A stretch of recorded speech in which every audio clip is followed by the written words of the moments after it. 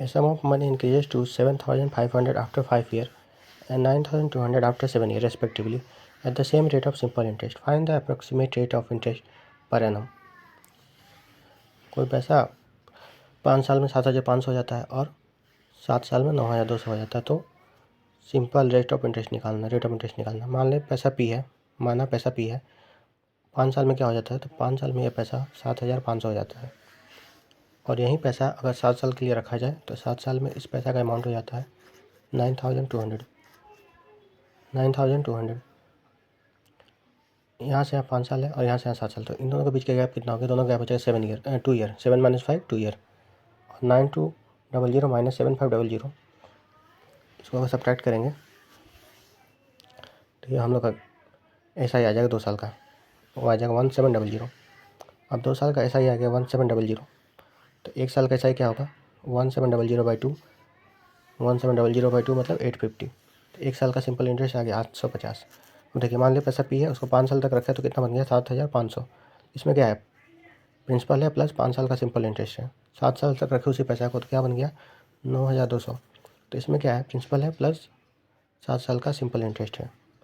1 साल का हम लोग पास सिंपल इंटरेस्ट आ गया 850। तो मान लीजिए हम लोग किसी से भी आंसर निकाल सकते हैं, मान लीजिए या फिर 7,500 से या फिर 9,200 से भी निकाल सकते हैं। यहाँ हम लोग 5 साल का निकालते हैं। 1 साल का जब ऐसा ही 850 है, तो 5 साल का कितना होगा 850 × 5, 4250।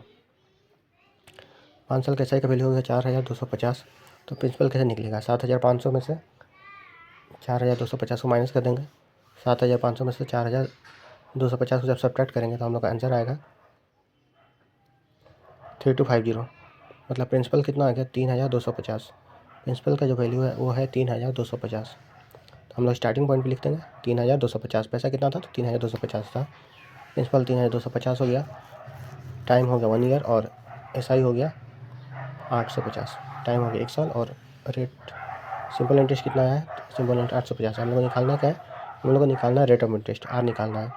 फॉर्मूला क्या होता है, SI = PRT/100। SI = principal into rate into time by 100। तो प्रिंसिपल कितना है 3,250, SI कितना था 850 और टाइम 1 साल है, रेट निकालना है बाई 100।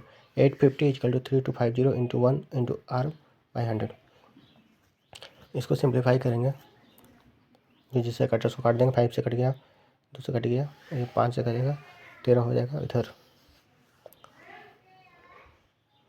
ये 1 3 हो गया, 170 हो गया, 2 उधर जाएगा तो 340 हो जाएगा। 340 डिवाइडेड बाई 13, 340 भागा 13। इसको जब डिवाइड करेंगे तो हम लोग का वैल्यू आ जाएगा किसका, R का। R का वैल्यू निकालने के लिए क्या करना है, इसको सिंप्लीफाई कर लेंगे। 340/2, 340 डिवाइडेड बाई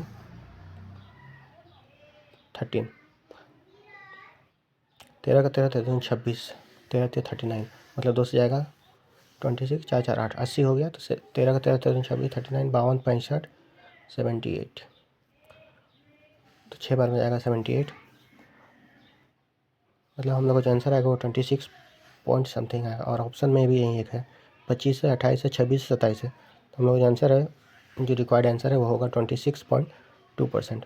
ये एक इम्पोर्टेंट टाइप ऑफ क्वेश्चन है सिंपल इंटरेस्ट में, तो इसको अच्छे से समझ के अच्छे से सॉल्व करना है। होप आपको ये समझ में आ गया होगा।